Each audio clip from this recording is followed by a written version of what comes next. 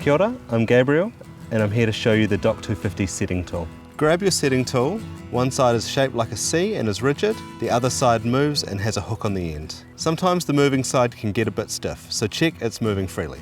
Attach the C side to the top of the trap to the right of the trigger arm and the handle, so the loose side is hanging down and aligned with the trap handle. Use the hook to grab the handle. Put firm pressure onto the other side of the box with your hand to ensure it doesn't tip.